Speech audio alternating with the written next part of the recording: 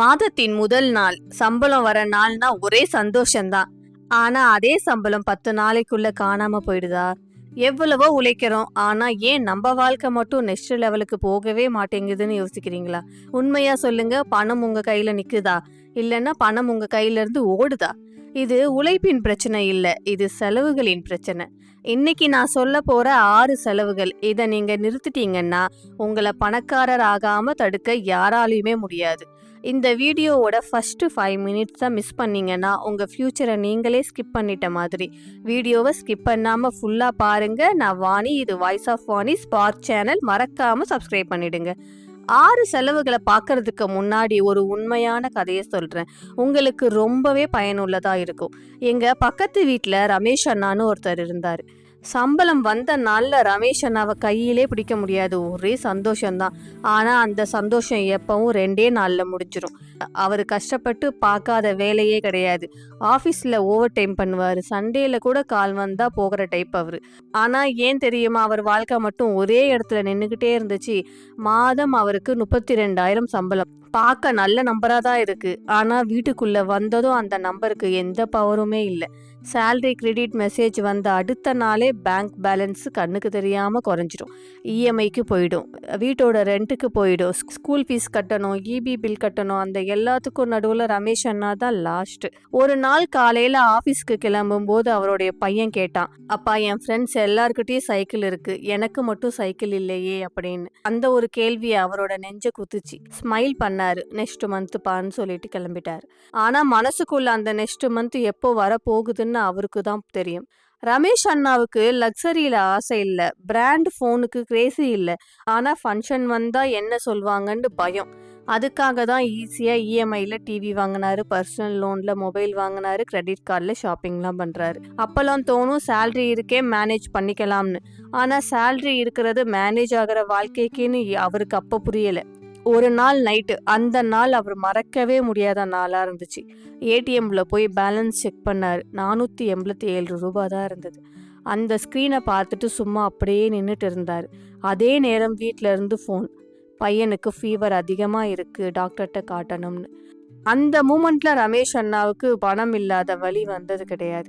ஒரு அப்பாவா எதுவுமே செய்ய முடியாத ஹெல்ப்லெஸ்னஸ் தான் அவரை உடைச்சுது. அந்த நைட் அவர் தூங்கவே இல்லை. நான் புவர் இல்லை, நான் லேசி இல்லை, அப்போ ஏன் என் வாழ்க்கை இப்படி சிக்கிடுச்சுன்னு ஒரே கவலை அவருக்கு. அடுத்த நாள் காலையில் ஒரு நோட் புக் எடுத்தார். எதையுமே அழகா எழுதலை, மோட்டிவேஷன் கொயட் எழுதலை, விஷன் போர்டு இல்லை, வெறும் உண்மையை மட்டும் எழுதினார். அவருடைய சம்பளம் என்ன, செலவுகள் என்னென்ன, எது தேவையில்லை, அதெல்லாம் எழுத ஆரம்பிச்சார்.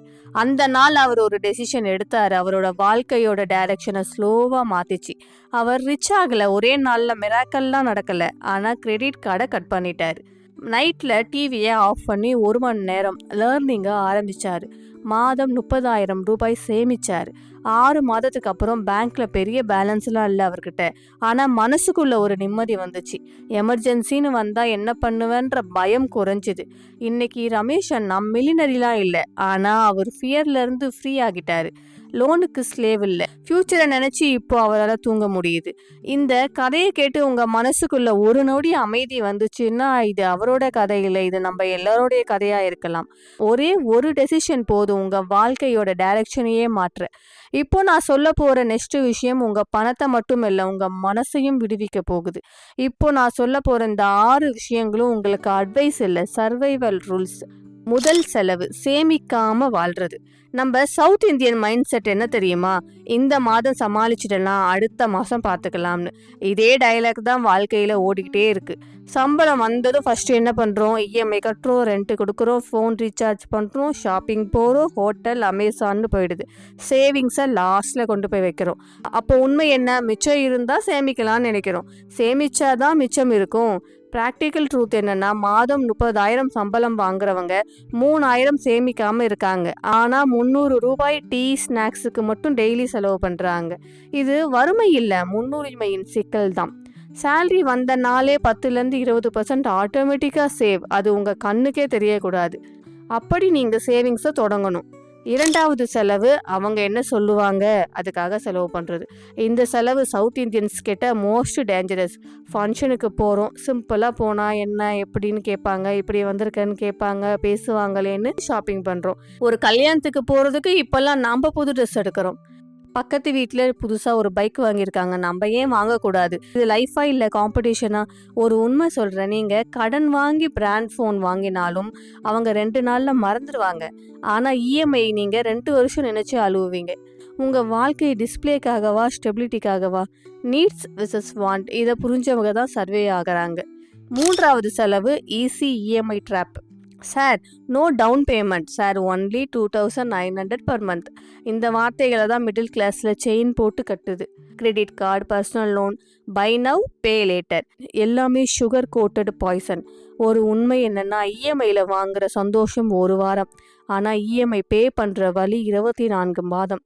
இந்த லோன் என் இன்கம்மை இன்க்ரீஸ் பண்ணுமா இல்லாட்டி என் ஈகோவை சாட்டிஸ்ஃபை பண்ணுமான்னு யோசிச்சு பாருங்க. ஈகோக்கு வாங்குற லோன் ஃப்யூச்சரில் உங்கள் ஃப்ரீடமையே கீழ் பண்ணுது. நான்காவது செலவு பணத்தை சும்மா தூங்க விடுறது.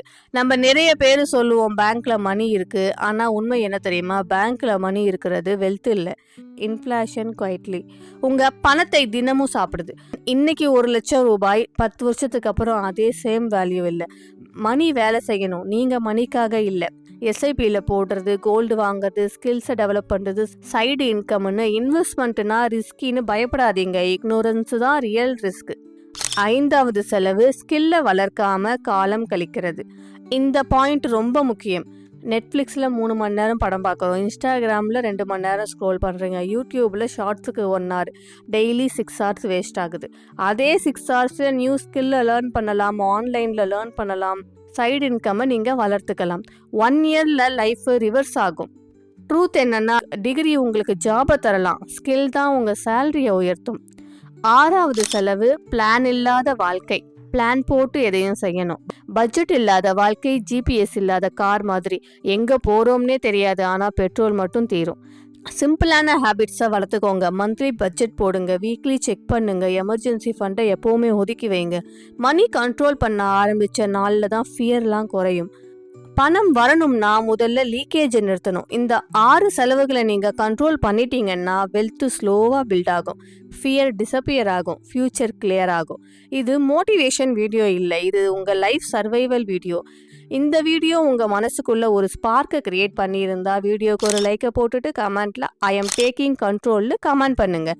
நீங்கள் இன்னமும் நம்ம சேனலை சப்ஸ்கிரைப் பண்ணாமல் இருக்கீங்கன்னா இப்போவே சப்ஸ்கிரைப் பட்டனை அழுத்திடுங்க. நம்ம வாழ்க்கையை நாம் தான் டிசைன் பண்ணணும். இன்னொரு நாள் இன்னொரு புது பயணத்தோடு சந்திக்கலாம். உங்களிடமிருந்து விடைபெறுவது வாணி. நன்றி.